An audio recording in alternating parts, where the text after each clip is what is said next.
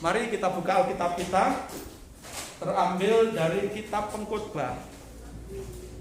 Hari ini kita akan dengarkan khotbah dari kitab Pengkhotbah. Ya, saudara.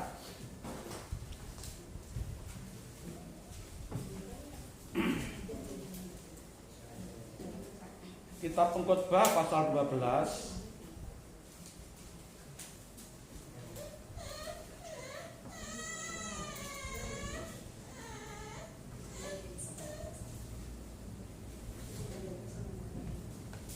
Ayat 1 sampai ayat yang ke-8.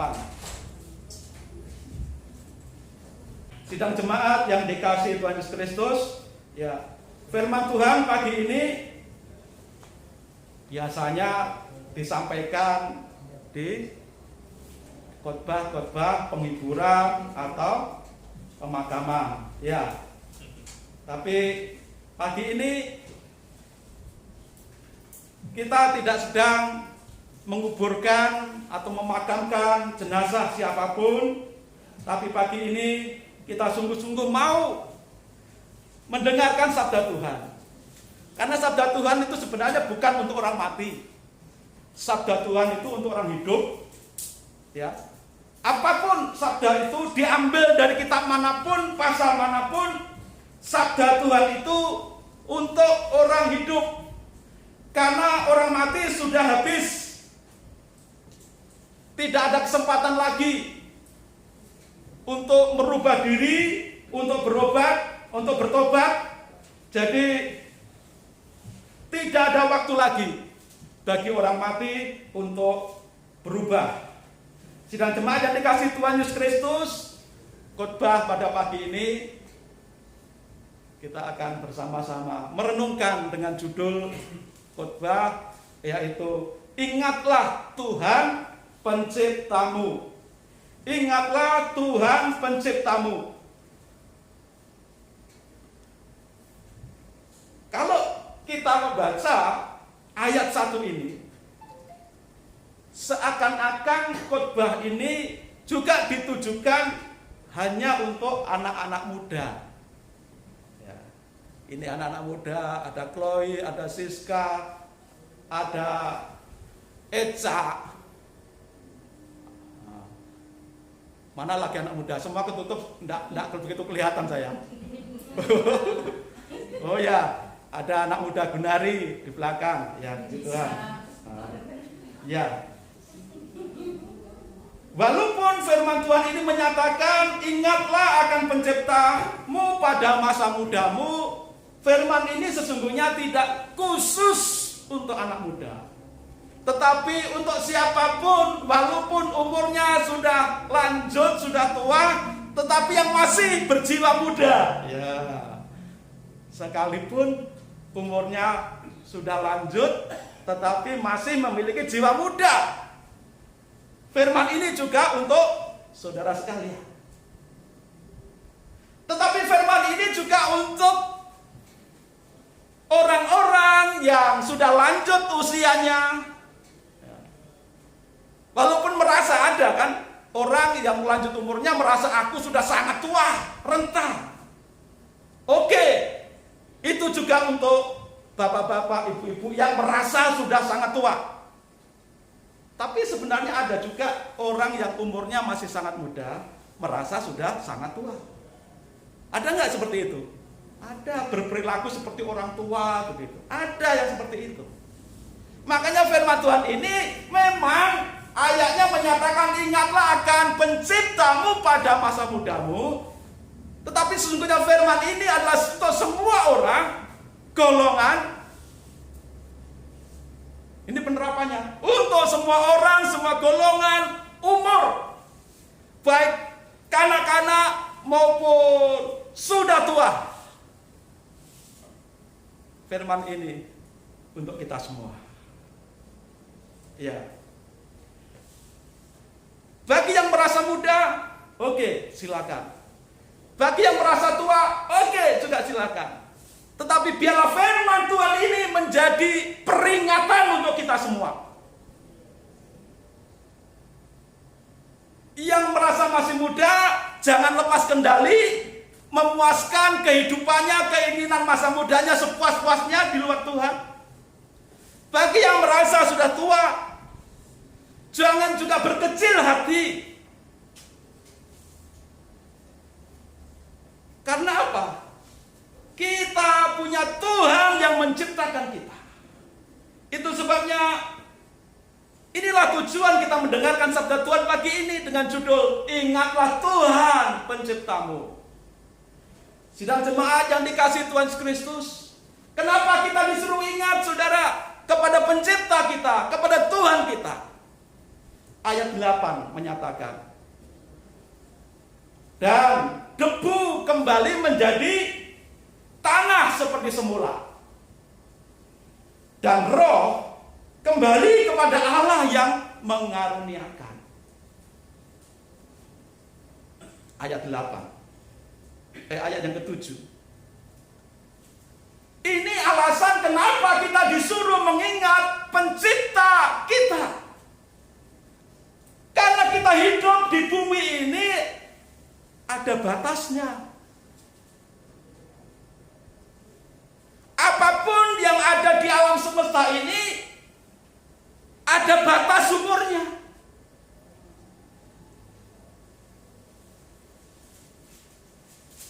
Memang benar manusia lahiriah kita ini akan kembali ke tanah. Apa yang dari debu akan kembali kepada tanah. Tetapi apa yang roh sifatnya yang diberikan Tuhan kepada manusia, ini akan kembali kepada Tuhan pencipta kita. Debu asal dari daging kita ini akan berhenti sampai di kuburan. Tetapi roh yang Tuhan berikan kepada kita semua akan terus sampai kekekalan. Kembali kepada Allah dalam dua pengertian. Kembali kepada Allah, ditempatkan di sisinya, hidup bersama-sama dengan Tuhan di surga, atau kembali kepada Allah dalam pengertian tidak boleh, mampir saja tidak boleh ke surga. Begitu meninggal di tengah jalan rohnya langsung diarahkan belok kanan atau belok kiri. Kemana saudara? Ke neraka.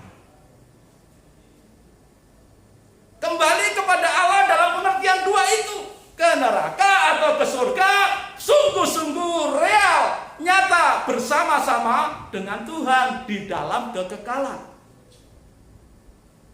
Itu sebabnya firman Tuhan mengingatkan dengan sungguh-sungguh, ingatlah Tuhan penciptamu.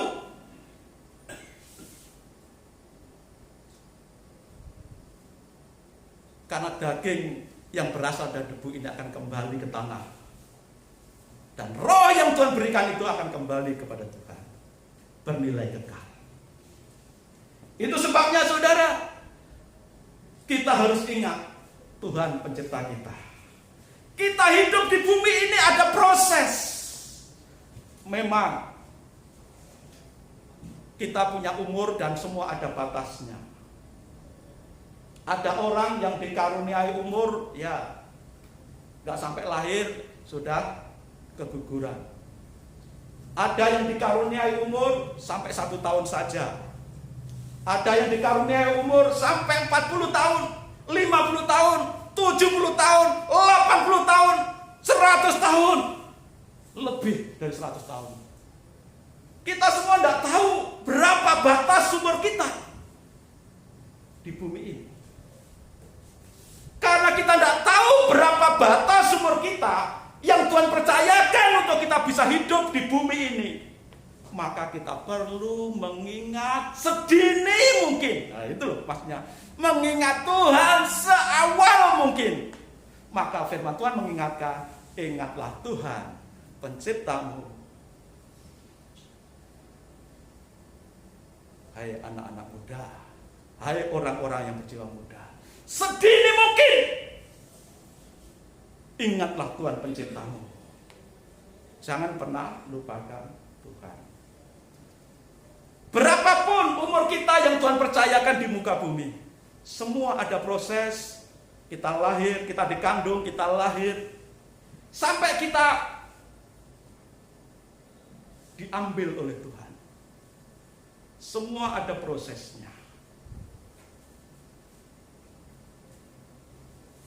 Kalau dalam pelajaran biologi, ya waktu pembuahan ada pertumbuhan sampai menjadi janin yang sudah berumur, sampai proses lahir, terus meningkat, semakin sempurna kekuatannya ketika lahir, sampai umur kira-kira 40, itu puncak kekuatannya, sekitar 40 ke atas, 50 seperti saya sudah 50, sudah mulai menurun. Ada proses yang harus dilalui. Proses hidup selama ada di muka bumi ini. Tidak bisa lari dari proses ini siapapun. Semua harus menjalani proses kehidupan ini. Dan ada satu proses di dalam ayat 1b sampai ayat yang ke-6, saudara. Ayat 1b sampai ayat yang ke-6. Situ ada proses dijelaskan sedemikian rupa.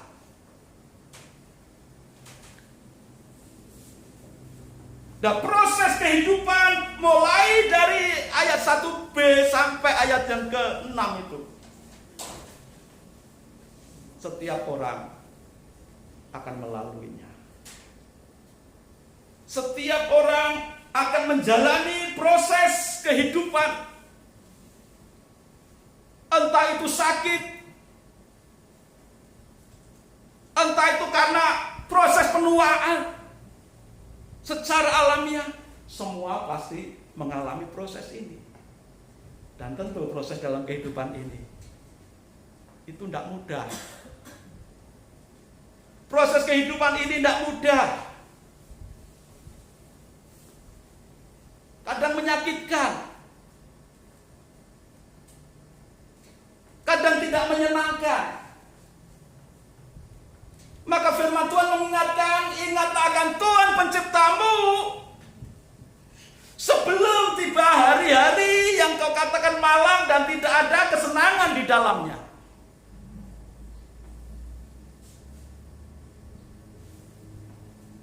Ingat Tuhan, kita semua sedini mungkin, seawal mungkin, sebelum proses kehidupan yang menyakitkan, yang tidak menyenangkan, yang penuh dengan penderitaan itu menghampiri kita. Di saat hidup masih terasa sehat, di saat hidup masih punya uang cukup, di saat hidup keluarga masih utuh, di saat hidup usaha masih lancar, pekerjaan masih lancar, semua serba enak, serba nyaman. Ingatlah Tuhan bahwa ada hari-hari tertentu dalam hidup kita yang menyakitkan, yang penuh dengan penderitaan, yang penuh dengan kesulitan, dan kita tidak bisa menikmatinya. Maka firman Tuhan dengan tegas mengatakan, ingatlah Tuhan penciptamu.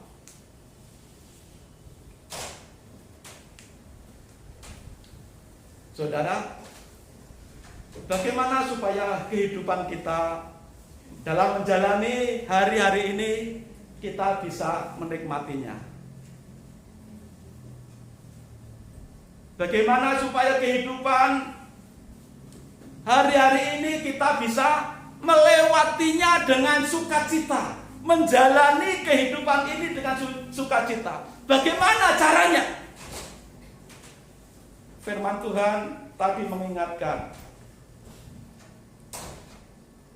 walaupun dalam hidup ini ada proses yang kadang menyakitkan, kadang tidak enak, kadang penuh kemalangan, seiring tubuh yang semakin melemah, tetapi kita harus menyadari betul dua hal tadi. Hidup kita ini terdiri dari dua bagian, jasmani dan rohani. Ya.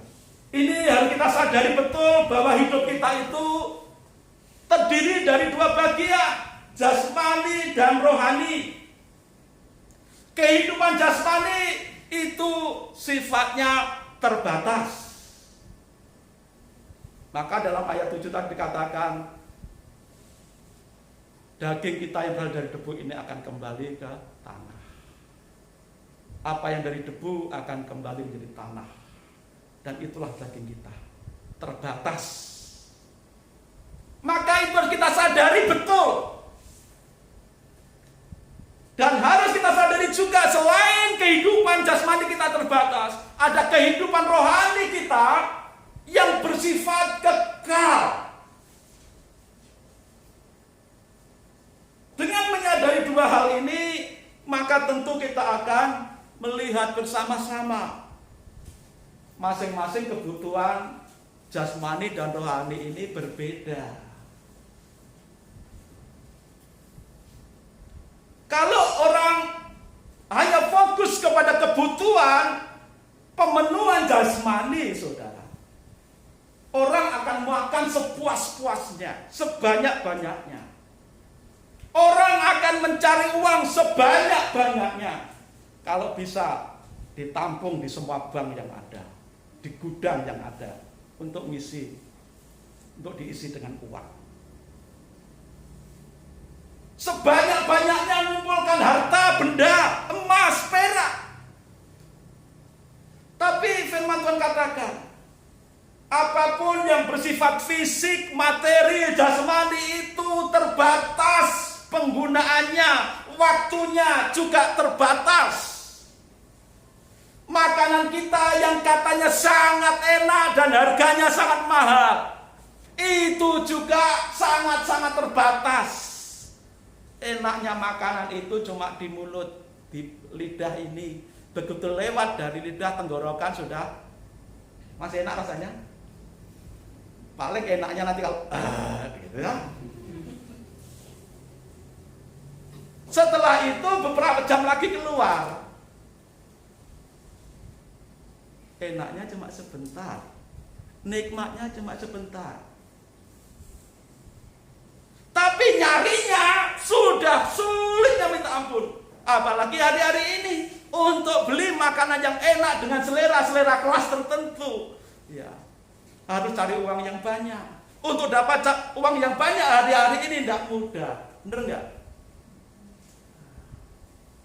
Yang ngojek satu hari dapat berapa kali order? Mau beli makan pizza terus tiap pagi siang sore 100.000. Mau beli nggak usah pizza lah, sate kambing, sate gulai kambing pagi siang sore ya, hasil ngojek ya bablas, saudara. Jangankan hasil ngojek, hasil kerja lainnya juga kalau makannya selalu yang mahal-mahal. Untuk hari-hari ini harus mikir. Nyarinya susah, nikmatinya cuma sebentar. Nanti uangnya habis, bingung lagi, mikir lagi. Pengen baju yang mahal, karena ngikuti mode. Untuk beli perlu uang yang banyak. Untuk cari uang yang banyak hari-hari ini juga tidak mudah.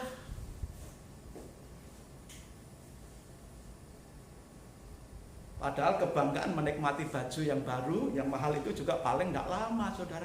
Begitu muncul mode yang baru, ya, yang kita beli dengan susah payah itu, yang katanya wow luar biasa itu, ya akan tergantikan dengan model baru lagi. Intinya apapun yang kita pakai, kita nikmati, kenikmatan yang kita rasakan selama itu masih bersifat fisik, materi, jasmani, sangat-sangat terbatas. Nyarinya susah minta ampun.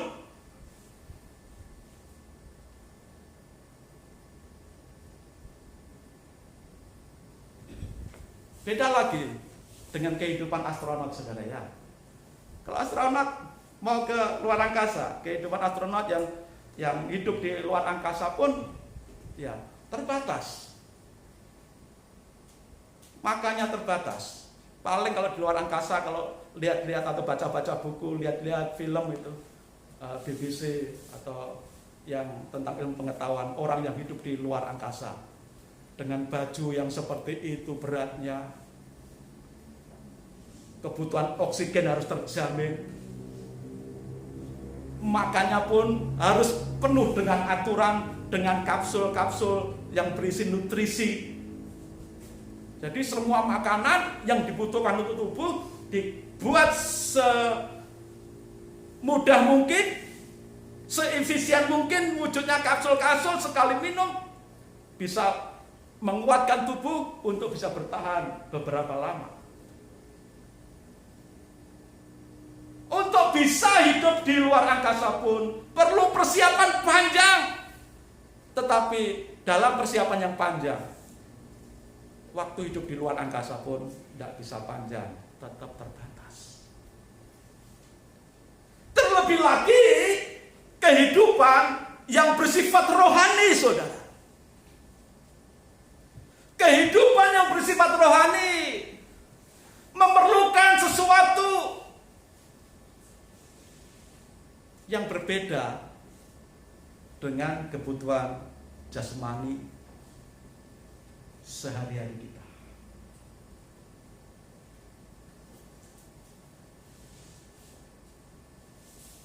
Tetapi ketika kita menyadari bahwa kebutuhan jasmani materi ini terbatas gunanya, dan kebutuhan rohani ini jauh melampaui kebutuhan jasmani dan bersifat kekal adanya, maka seharusnya ketika kita menyadari hal itu, kita harus memiliki skala prioritas dalam hidup ini. Kita harus memiliki skala prioritas dalam hidup ini.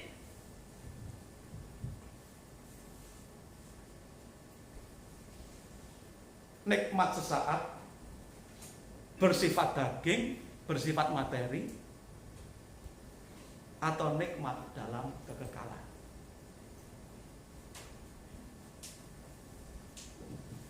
Saudara yang terbiasa dengan makanan-makanan nikmat dalam pengertian tidak terkontrol, makan sesuka hatinya, biasanya penyakitnya juga banyak loh. Kalau lihat laporan kesehatan anak-anak muda di zaman modern ini,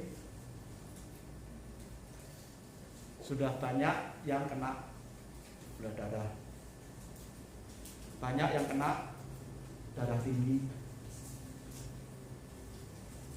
banyak yang kena penyakit yang seharusnya itu penyakitnya orang tua sebenarnya.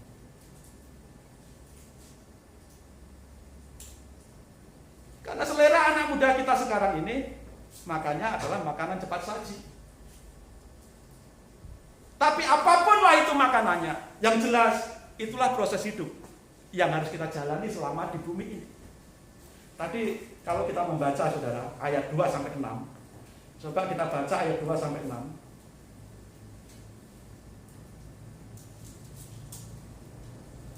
Ada yang punya Alkitab di HP yang bahasa Indonesia masa kini?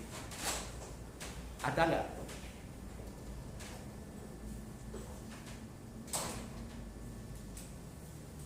Yang membawa Alkitab bahasa Indonesia sehari-hari atau bahasa Indonesia masa kini, ada enggak? Enggak ada yang bawa terjemahan itu. Saya mau membacakan itu sedikit berbeda. Karena apa? Alkitab kita ini untuk pengkhotbah ini kan banyak sebenarnya berisi puisi. Firman Tuhan dalam bentuk puisi. Nah, Alkitab terjemahan yang kita pakai, yang biasa kita pakai ini, diterjemahkan begitu saja dari bahasa aslinya. Tapi kalau dalam bahasa Indonesia sehari-hari atau masa kini, sudah diterjemahkan dari bahasa aslinya, tetapi sudah diperjelas sesuai dengan kehidupan kita masa ini. Ya. Jadi kalau itu puisi juga sudah diberi pengertian dalam penerjemahan itu.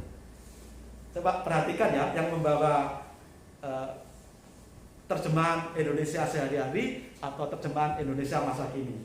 Biasanya kalau saya bagikan ayat-ayat sehari-hari itu dalam tanda kurung ada BIMK atau BIS. BIS itu bahasa Indonesia sehari-hari atau BIMK bahasa Indonesia masa kini. Ya. Saya bacakan mulai ayat 2.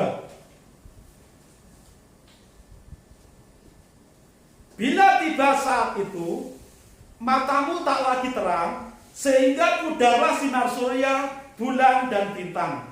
Awan mendung membawa hujan, tetap menyertaimu bagai ancaman.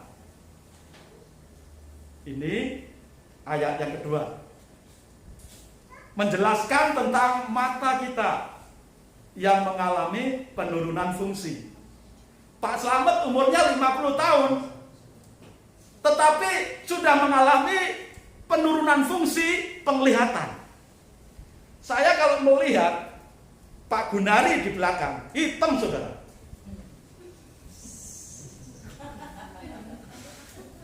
Walaupun itu dinyalain semua saudara, lampunya dinyalain semua, masih kurang terang saudara.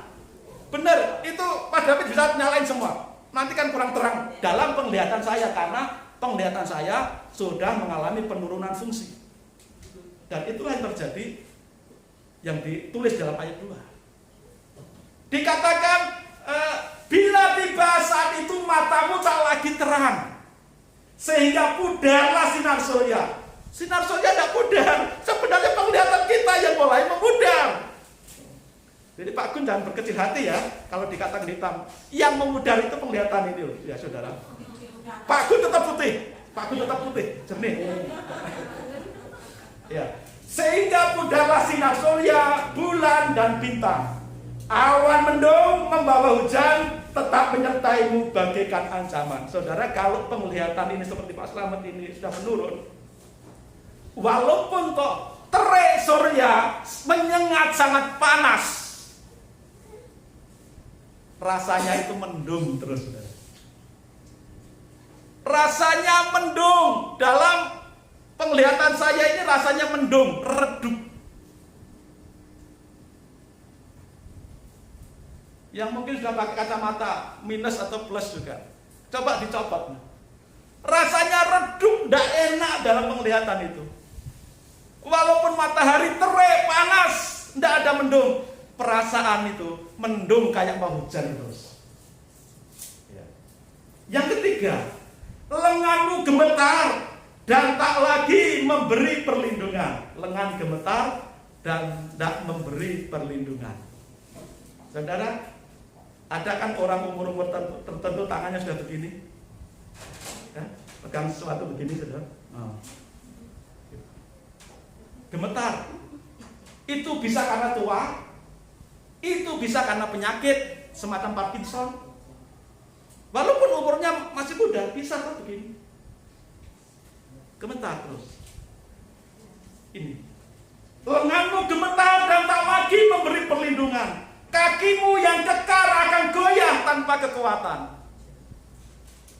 Ada enggak yang badannya besar, tinggi, mulai gagah, tapi tiba-tiba karena satu peristiwa tidak kuat lagi berdiri? Ada.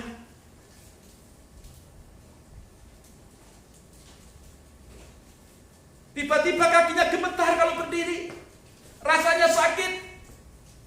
Rasa sakit di kaki kadang-kadang dimulai dari ujung-ujung jari, sakit semua, lalu ke tumit.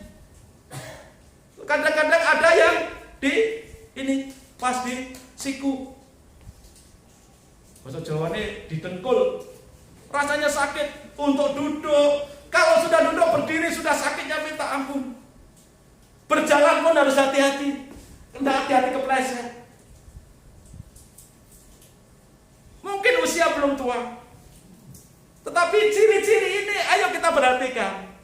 Walaupun usiamu masih muda, perhatikan. Ini loh proses kehidupan, realitas kehidupan. Mata mulai berkunang-kunang, mulai kabur. Tangan mulai gemetaran, kaki mulai gemetaran untuk berjalan. Lalu selanjutnya, gigimu tidak lengkap untuk mengunyah makanan. Ayo coba, giginya yang masih lengkap siapa? Angkat tangan. Oh, berarti sudah ada yang lengkap ini giginya. Paling yang lengkap ini opung Daud ini yang masih lengkap ini. Iya. Ayo yang muda-muda, siapa yang masih merasa lengkap giginya? Sampai mana tadi? Gigimu tidak lengkap untuk mengunyah makanan. Ya.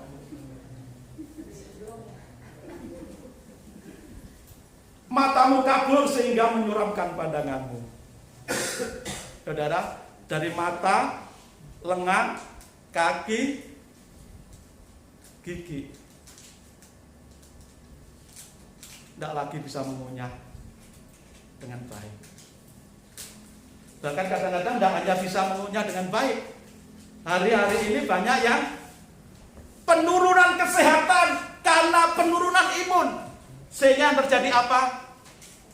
Tidak bisa merasakan rasa enaknya makanan. Semua rasanya hambar. Yang manis katanya hambar. Yang rasanya asin katanya hambar. Yang pedes pun dibilang hambar. Hari-hari ini banyak yang seperti itu. Usia anak-anak sampai tua. Banyak enggak?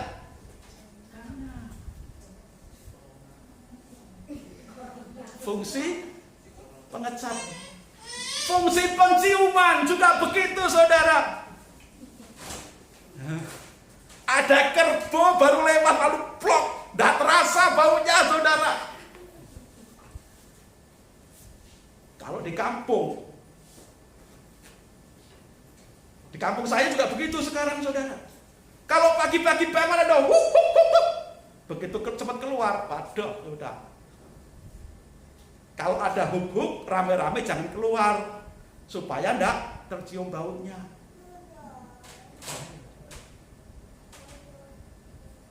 Minyak kayu putih itu kan kuat sekali, saudara, baunya. Tapi untuk orang-orang tertentu enggak terasa di hidungnya. Saudara, penurunan daya penciuman hidung ini loh, hari-hari ini juga banyak, saudara.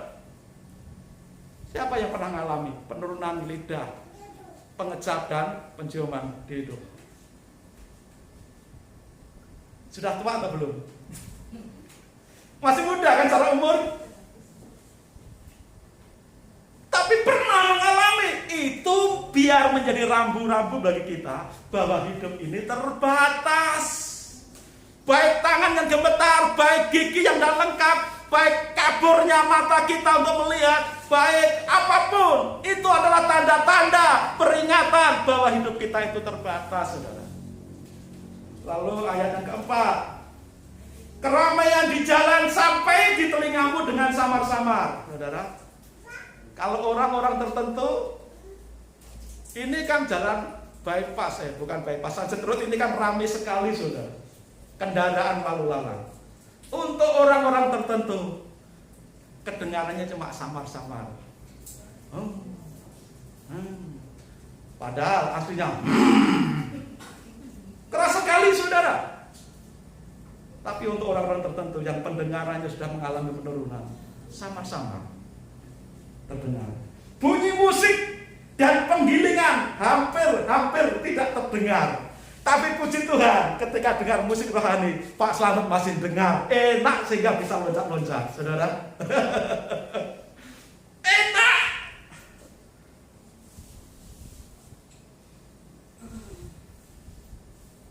Masih bisa menikmati musik rohani, dan jiwa pun terangkat untuk menyembah Tuhan, memuji Tuhan dengan sukacita, bahkan dengan bertepuk tangan, walaupun berkeringat, walaupun napas ngos-ngosan, semangat. Karena apa?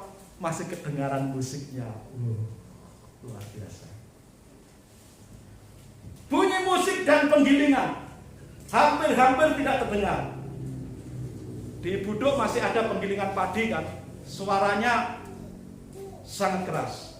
Karena penggilingan padi itu mesinnya diesel, jadi pasti keras. Kalau mesin diesel suaranya terdengar pelan-pelan, berarti ada gangguan pendengaran. Engkau tak dapat tidur terlena, kicauan burung pun membuat engkau terjaga. Ya. Ada nggak orang yang gampang? Ada yang semakin tua atau karena gangguan pendengarannya berkurang. Tetapi ada yang semakin berumur, semakin pendengarannya semakin itu. Sehingga tidurnya pun tidak bisa tenang. Ada orang buka pintu sedikit. Sama yuk. Gampang terganggu tidurnya. Nah, kalau bapak-bapak, ibu-ibu merasa gampang terganggu tidurnya juga, ini tanda-tanda loh. Tapi tanda-tanda yang mengingatkan bahwa usia kita di bumi ini terbatas. Terbatas. Ya. Ayat 5. Engkau takut mendaki tempat yang tinggi dan harus berjalan dengan hati-hati. Ya. Ada nggak orang yang takut ketinggian? Pak Heru dulu takut ketinggian. Lama enggak nuka naik itu naik takut ya. Tapi setelah naik berapa kali enggak takut lagi. Tapi takut ketinggian ini pun sebenarnya juga ciri-ciri. Ciri-ciri. Orang yang takut ketinggian itu juga ciri-ciri yang diingatkan oleh Tuhan bahwa hidup ini ada batasnya. Ya. Ada batasnya. Dan harus berjalan dengan hati-hati. Rambutmu berubah dan kakimu kau seret waktu berjalan. Rambut berubah. Kalau saya mungkin tidak banyak ubahnya, cuma ada tanda-tanda itu. Tidak ada tanda-tanda kehidupan rambut di sini. Sama dengan Pak Heru, bersaudara itu. Waktu mantap. Ya. Dan kakimu kau seret waktu berjalan. Kakimu kau seret waktu berjalan. Saudara, ini tidak nyindir opung loh ya. Ini Alkitab. Ini tidak nyindir yang sepuh-sepuh. Bu Surti, Pak Surti, Bang Nah. Tidak. Waktu mau naik rasanya. Tapi menjadi peringatan.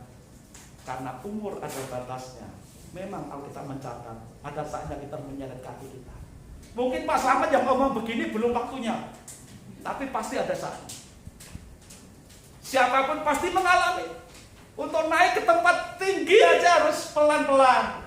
Satu tingkat, ambil nafas lagi, naik lagi satu tingkat, ambil nafas lagi. Itulah hidup, ada batasnya. Dan firman Tuhan selalu mengingatkan kita. Maka hilanglah segala hasrat dan keinginan. Saudara, hilanglah segala hasrat dan keinginan. Yang sepuh-sepuh masih punya cita-cita ingin jadi pilot pesawat terbang kan? Yang sepuh-sepuh, ataulah jangan yang sepuh yang umur-umur sudah 60. Yang umur 50 tahun kayak Pak Slamet, apa masih ada yang 50 tahun ingin jadi tentara? Ingin masuk angkatan darat ya. Apakah masih ada?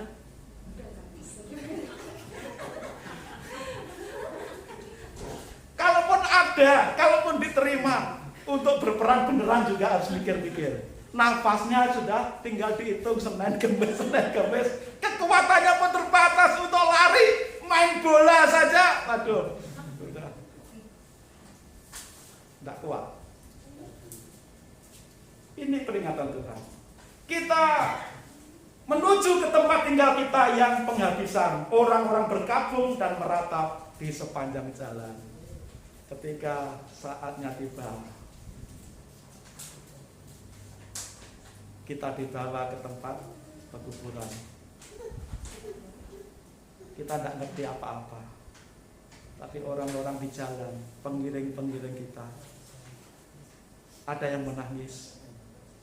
Keluarga kita menangis, orang-orang yang kita kasih menangis, anak kita menangis, suami istri kita menangis sedih. Orang tua kita menangis sedih ketika kita dibawa ke pemakaman. Semua sedih, semua menangis di sepanjang jalan, menangis. Saudara, hari-hari ini banyak di antara kita yang kehilangan saudara, keluarga, kerabat kan, karena penyakit, karena pandemi ini. Dan kita pun mungkin hampir-hampir celaka karenanya. Dan dikatakan bahwa penyakit pandemi ini masih bisa bertahan beberapa tahun ke depan. Berarti selama obat pandemi ini belum ditemukan secara pasti, ancaman dari pandemi COVID ini masih ada. Dan bahaya ada di mana-mana, saudara. Dan itu tidak terlihat oleh kita.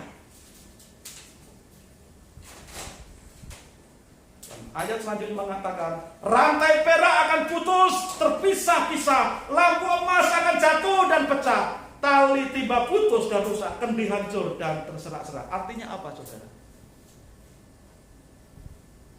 Hidup kita walaupun bagaikan pelita emas, orang yang punya kekayaan yang melimpah-limpah. Pada saatnya kalau tali dulu di kampung, zaman dulu peninggalan Belanda, kerajaan itu kan masih ada lampu yang betul-betul antik, ada rantainya, lalu ada lampu minyaknya di tengah. Dibuat begitu seni, begitu antik, dan terbuat dari campuran perak, campuran emas sehingga mahal. Orang seringkali mencuri ini lampu yang mahal ini. Semahal apapun lampu itu terbuat dari emas ataukah perak, kalau saatnya putus, hancur, maka hilang semua kemegahannya, keindahannya, kemahalannya. Artinya apa? Kalau saatnya Tuhan tentukan kita harus kembali kepada Tuhan, siapapun tidak bisa mengelak, tidak bisa menolak. Dan tanda-tanda peringatan itu sudah Tuhan berikan untuk kita ingat bahwa hidup di dunia ini serba terbatas, saudara. Kalau hidup dunia ini serba terbatas, maka jangan hanya fokus kepada hal-hal lahiriah, hal-hal yang bersifat jasmaniah saja.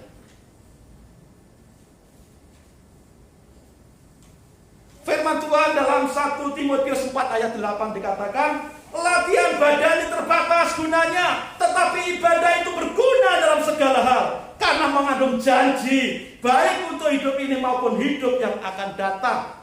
1 Timotius 4 ayat 8. Latihan badani terbatas gunanya. Perlu olahraga, perlu. Latihan fisik perlu. Tapi terbatas gunanya.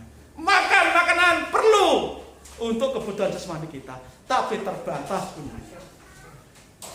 Tapi ibadah kita kepada Tuhan punya nilai kekal, berguna dalam segala keadaan. Segala keadaan hidup di bumi ini kita butuh ibadah. Sampai nanti kita kembali pun kita tetap beribadah kepada Tuhan. Salam memuji, mempermuliakan nama Tuhan. Kita di surga pun ibadah, memuji Tuhan, mempermuliakan nama Tuhan. Di bumi ini pun kita juga beribadah. Ibadah berguna dalam segala keadaan. Di dalam waktu sehat, di dalam waktu sakit, ibadah itu penting. Di dalam waktu tenang, nyaman, di dalam waktu bahaya, ibadah itu penting untuk proteksi kita dan kekuatan kita serta penghiburan kita. Dan untuk kehidupan kekal, ibadah itu juga sangat penting. Maka mari kita menyadari bahwa hidup ini bersifat jasmani dan rohani. Kita harus punya skala prioritas dalam hidup ini. Jangan hanya fokus kepada hal-hal yang bersifat materi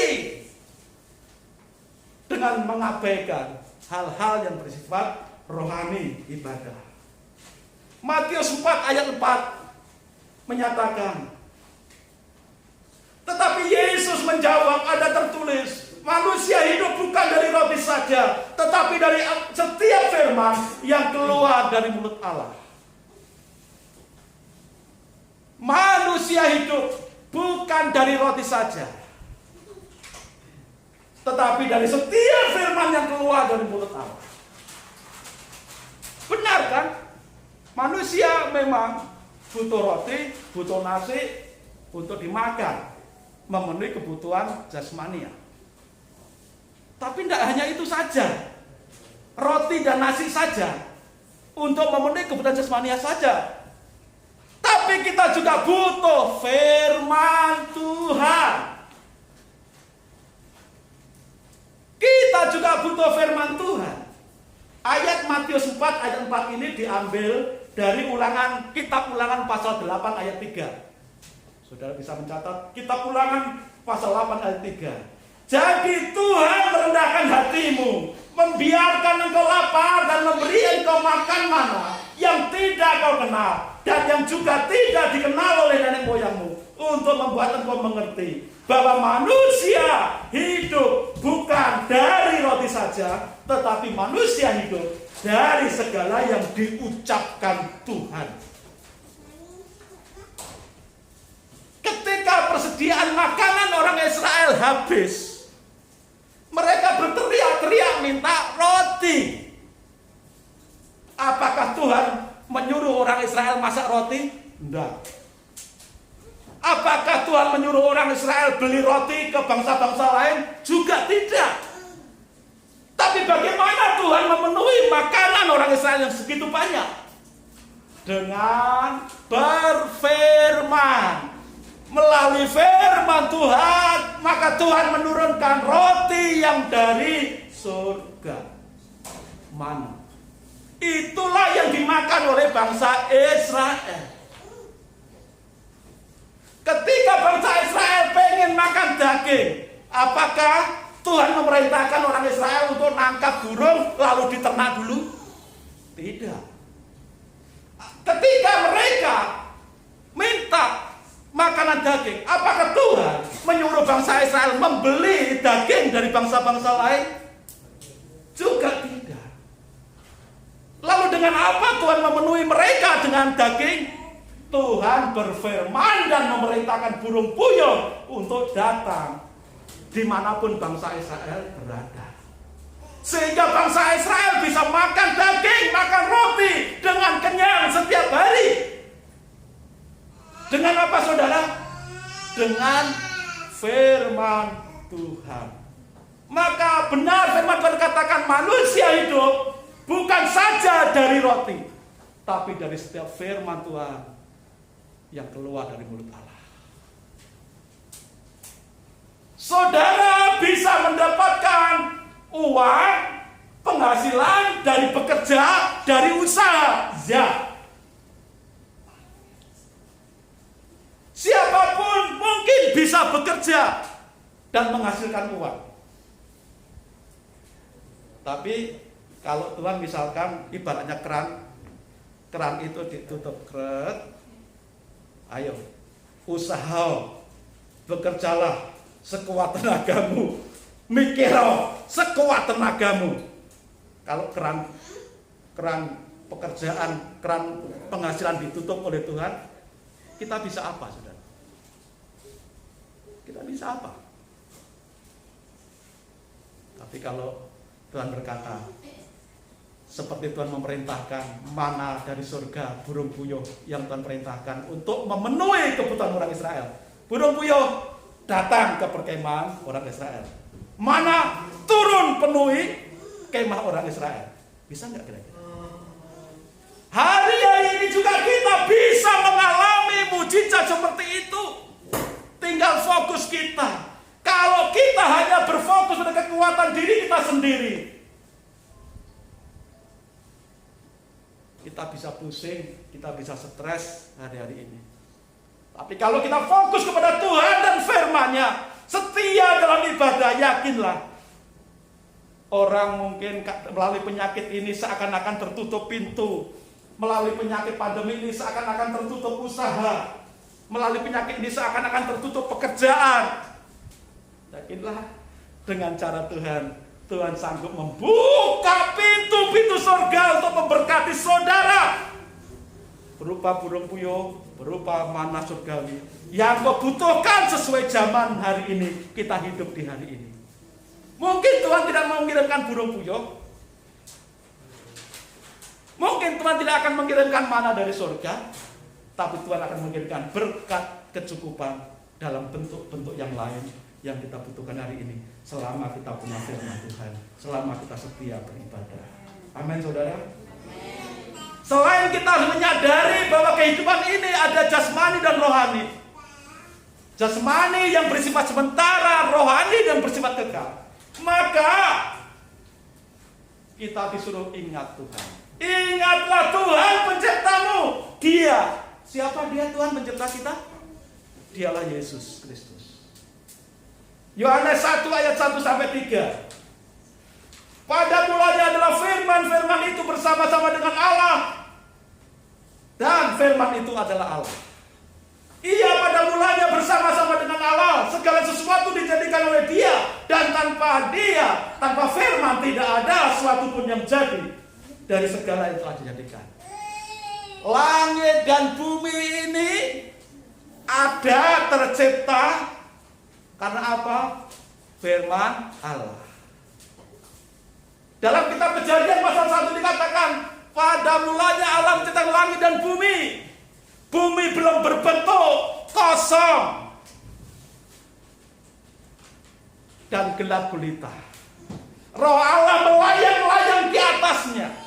Lalu ayat 3 mengatakan, berfirmanlah Allah, jadilah terang. Dan itu diulang terus, berfirman Allah maka jadi, berfirmanlah Allah maka jadi. Dalam kitab Kejadian, hanya dengan berfirman maka itu jadi. Dan firman itu telah menjadi manusia. Pribadi yang telah berfirman itu telah menjadi manusia, diam di antara kita. Ayat berapa saudara? Ayat 14. Firman itu telah menjadi manusia dan diam di antara kita, dan kita telah melihat kemuliaannya, yaitu kemuliaan yang diberikan kepadanya sebagai anak tunggal Bapa, penuh kasih karunia dan kebenaran.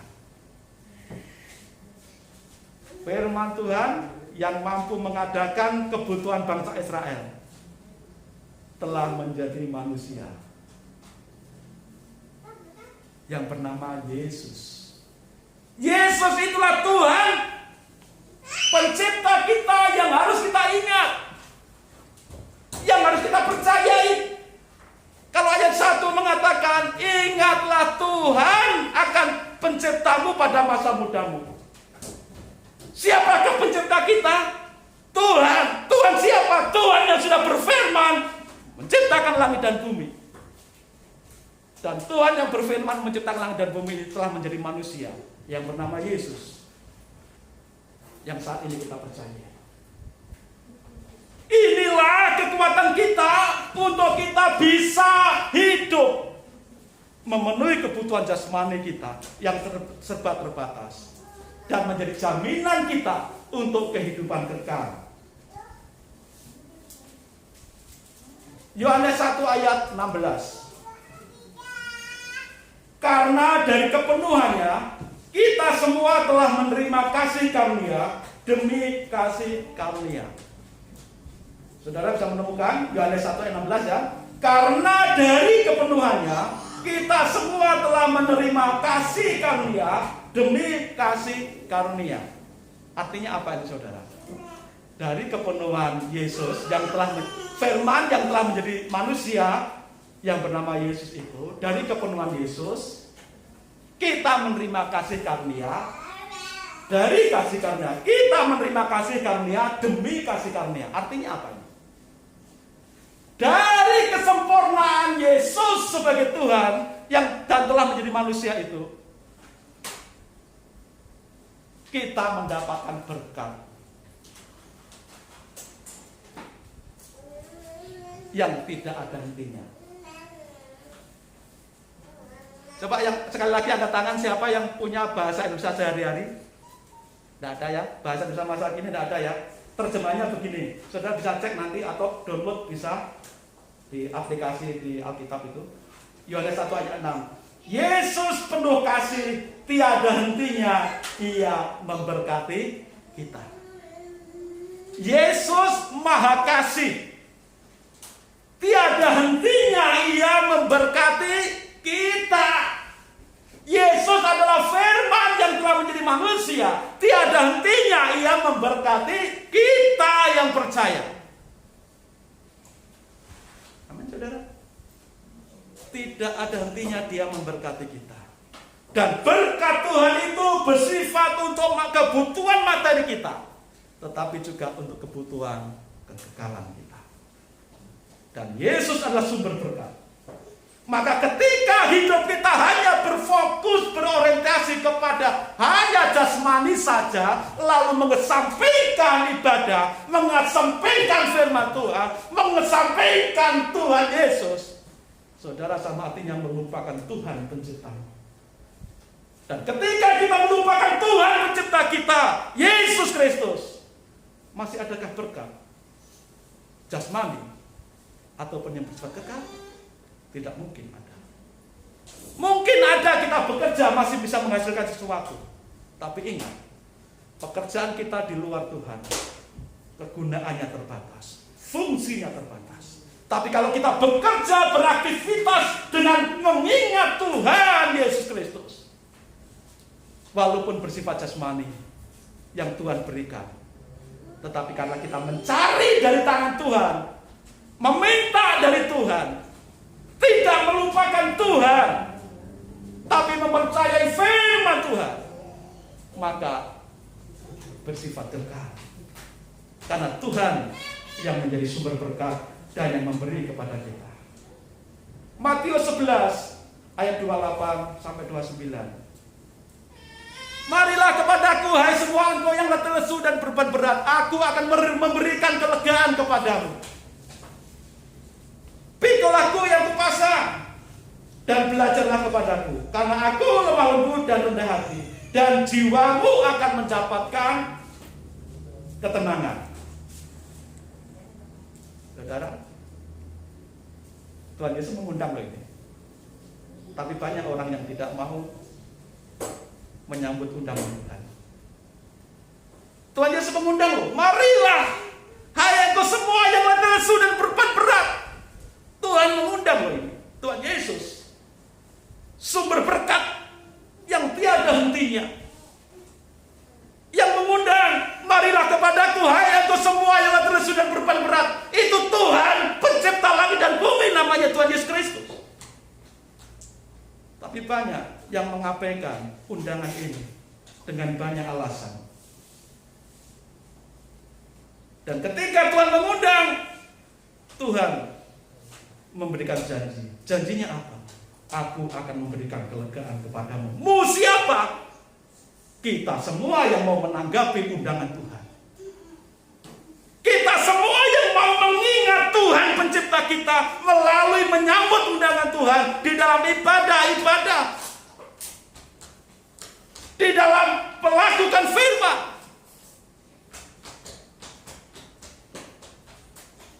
Pikul aku yang kupasang dan belajarlah padaku, karena aku lemah lembut dan rendah hati, dan jiwamu akan mendapat ketenangan. Jiwamu akan mendapat ketenangan. Ini kunci kita menjalani hari-hari kita yang berat ini, saudara. Hidup ini penuh dengan ancaman, bahaya ada di mana-mana. Bukan bahaya dipukul orang, bukan bahaya dibunuh orang, tapi bahaya dari pandemi hari-hari ini. Karena pandemi ini bukan hanya mengancam fisik kita terserang penyakit, tapi keluarga kita juga terancam berantakan karena penghasilan berkurang, bayar sekolah tetap bahkan cenderung naik, bayar PLN telat putus, tidak ada ampun, membayar sepedi telat putus, pakai data habis putus, tidak bisa belajar online lagi, tidak bisa kerja dari rumah lagi. Memang ada, jangan putus dulu dong, ini anakku masih belajar. Memang ada ampun seperti itu? Tidak ada. Kebutuhan terus bahkan cenderung meningkat. Penghasilan banyak berkurang. Ini membahayakan keluarga kalau keluarga kita tidak mengingat Tuhan. Bisa perang, bisa bubrah. Beberapa waktu yang lalu ada laporan di koran, ada berita perceraian meningkat di pengadilan agama, bahkan sampai antri sampai lembur untuk sidang perceraian. Kapan itu? Baru-baru ini saudara, di musim pandemi ini. Karena apa? Alasannya karena apa? Uang, ekonomi. Kalau keluarga kita tidak mau mengingat Tuhan, cenderung melupakan Tuhan, tidak mau ibadah, tidak mau pegang firman Tuhan, tidak mau datangi undangan Tuhan Yesus, apakah kita akan mendapatkan jiwa yang tenang? Panas sampai keropos. Kalau ini panas, imun turun, ya kan? Terserang penyakit. Begitu panas, imun turun, terserang penyakit. Datang. Tidak lama, ngumpul. Kalau sudah dimasukin kumpul, Pak Pendeta, apa yang dari debu tanah kembali ke tanah, apa yang dari roh kembali ke Allah, ke Tuhan. Ketika Pak Pendeta mengucapkan itu sambil menaburkan tanah di pekuburan, pertanyaannya, ketika masa hidup melupakan Tuhan, tidak mengingat rambu-rambu peringatan Tuhan yang macam-macam tadi ayat 2 sampai 6 tadi. Bahkan undangan Tuhan untuk mari datang kepada tidak dihiraukan, tapi dilupakan, dijauhi. Kira-kira ada ketenangan enggak dalam jiwanya, dalam kekekalan? Tidak akan ada. Yang ada adalah ratap, kertak, gigi, kekal selamanya. Sudah di dunia ini ngenes hidup penuh penderitaan, dalam kekekalan pun penuh tangisan, penuh penderitaan. Jiwa-jiwa yang tidak tenang. Tapi ketika kita mau mendengarkan panggilan Tuhan, ingatlah penciptamu, jangan lupakan aku, ibadahlah, pegang janji firmanku, terimalah undanganku. Maka Tuhan berkata, aku akan memberikan kelegaan. Tuhan berkata dalam Yohanes 1 ayat 16 ini, dari kasih karunia, demi kasih karunia. Dalam bahasa Indonesia sehari-hari, Tuhan memberkati tiada hentinya.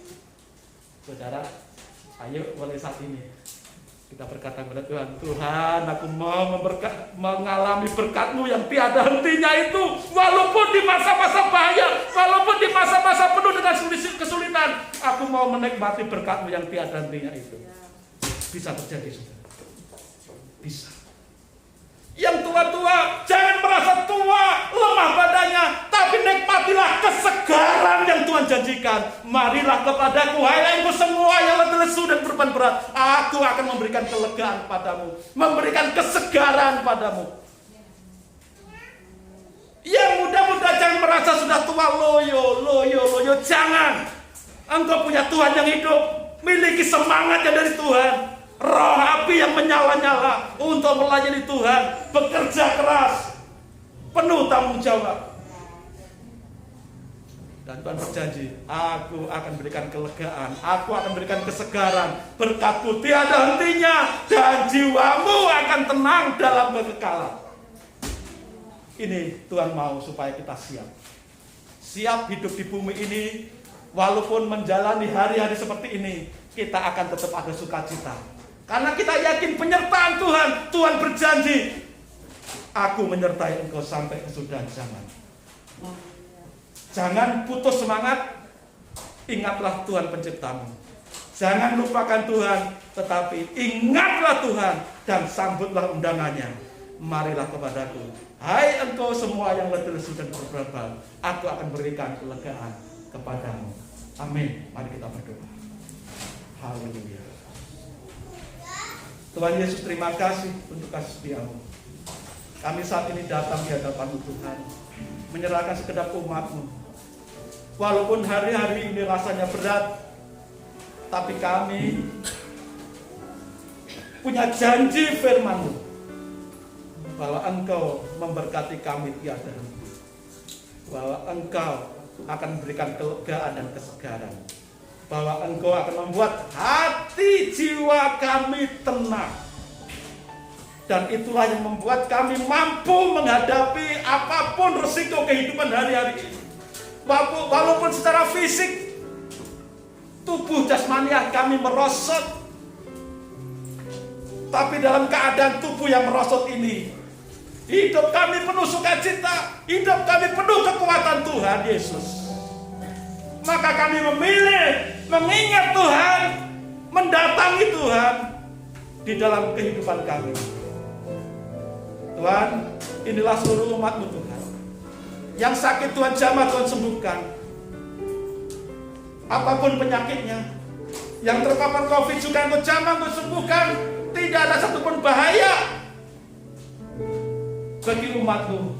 Engkau sanggup bekerja dalam segala perkara untuk kebaikan kami semuanya. Di dalam nama Yesus Kristus, yang sakit jadilah sembuh, yang berkekurangan diberkati dalam nama Yesus, yang berbeban berat diberikan kelegaan, yang hari-hari ini tiada arah dan tujuan hidupnya, Tuhan memberikan kepastian di dalam kebimbangan, kesimpang siuran hidupnya ini. Tuhan berikan arah yang pasti di dalam nama Tuhan Kristus. Terpujilah nama-Mu Tuhan. Kami berdoa mengucap syukur, menyerahkan seluruh dan jemaat-Mu ini. Dan sebentar kami akan membawa persembahan kami. Tuhan kiranya memberkati setiap tangan-tangan yang memberi. Mereka yang belum sempat memberi, Tuhan memberikan seperti janji berkat Tuhan. Di dalam nama Tuhan Yesus kami berdoa. Haleluya. Amin.